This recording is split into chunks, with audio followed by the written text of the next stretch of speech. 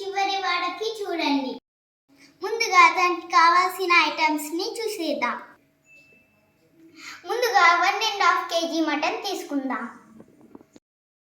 ఈ మటన్లో కలపడానికి పచ్చిమిర్చి, ఉల్లిగడ్డలు, పచ్చిమిర్చి పేస్టు, నిమ్మకాయలు, 4 నిమ్మకాయలు, కొత్తిమీర, పుదీనా, 1 కప్పు అల్లమెల్లి పేస్ట్, 1 కప్పు పెరుగు, 5 టీ స్పూన్స్ కారం పొడి, కాస్త నూనె, కాస్త ఉప్పు, దాని తర్వాత దాల్చిన చెక్క, ఇలాచి, లవంగాల పొడి, దాని తర్వాత నీళ్ళలో నానబెట్టిన కుంకుమ పువ్వు, దాని తర్వాత నెయ్యి. 1.5 kg బాస్మతి బియ్యం నానబెట్టుకోండి. దాని తర్వాత ప్రాసెస్ అంతా మా ఫాదర్ చేస్తున్నాడు. అల్లం వెల్లుల్లి పేస్ట్, మిర్చి పేస్ట్, ఉల్లిపాయలు,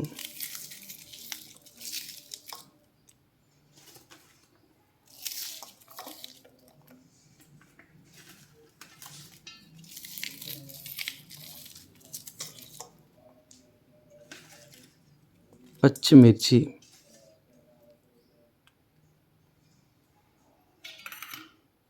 పసుపు,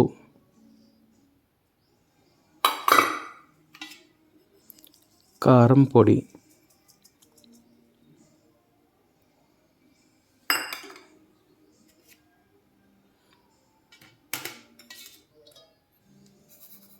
ఉప్పు తగినంత,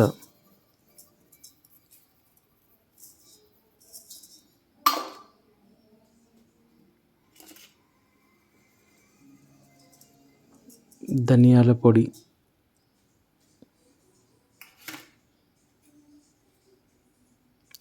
నిమ్మరసం,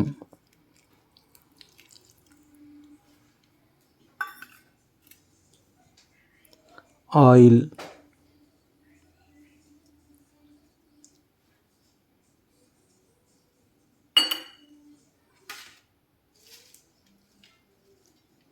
తరిగిన పుదీనా, కొత్తిమీర, పెరుగు,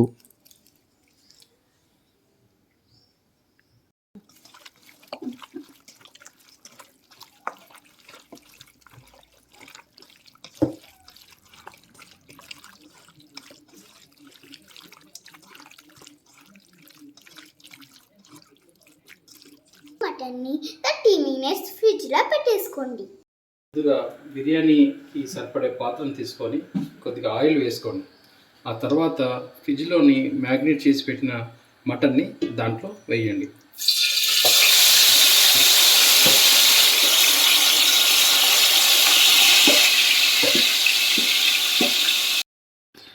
ఇలా ఆయిల్లో వేసిన మటన్ని 20 minutes హై ఫ్లేమ్లో అప్పుడప్పుడు కలుపుతూ బాగా ఉడికించుకోండి.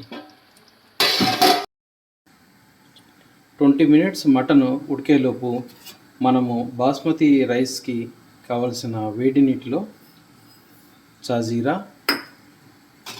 లవంగా, ఇలాచి, పట్ట, బగారా ఆకు, సాల్ట్ మీరు కాస్త దొడ్డుప్పు తీసుకుంటే బాగుంటుంది. సాల్ట్ టేస్ట్ చేసేటప్పుడు అది కాస్త సముద్రం ఉప్పు వచ్చేంత వరకు మీరు దాన్ని టేస్ట్ చేయండి. ఆ టేస్ట్లో బిర్యానీ చాలా బాగుంటుంది.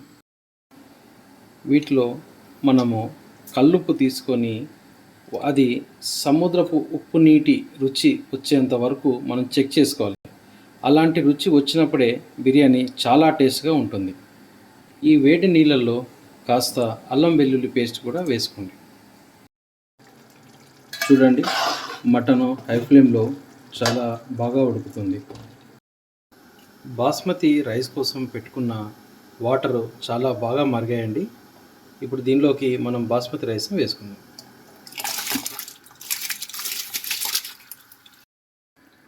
చూడండి, 20 minutes తర్వాత మటన్ ఇలా ఉడికిందండి. తర్వాత దీంట్లోకి 70% కుక్ అయినటువంటి బాస్మతి రైస్ని ఇలా ఇరిస్తే తెలుస్తుందండి మనకు. ఈ రైస్ని దీనిలోకి డంప్ చేసుకోవాలి.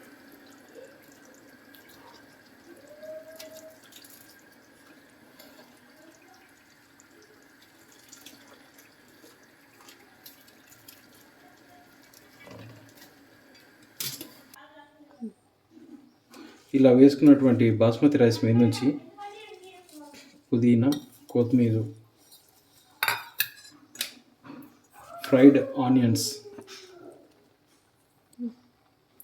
వాటర్లో నానబెట్టుకున్నటువంటి కుంకుమ పువ్వు వాటర్ని ఇలా రౌండ్గా వేసుకోవాలి. కొద్దిగా బాస్మతి హాట్ వాటర్ ఉంటుంది కదా, దాన్ని కూడా సైడ్లో లైట్గా వేసుకోవాలి.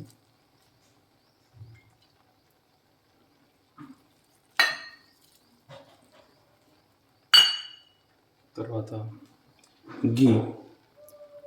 నెయ్యిని సరిపడంత దీని మీద వేయాలండి.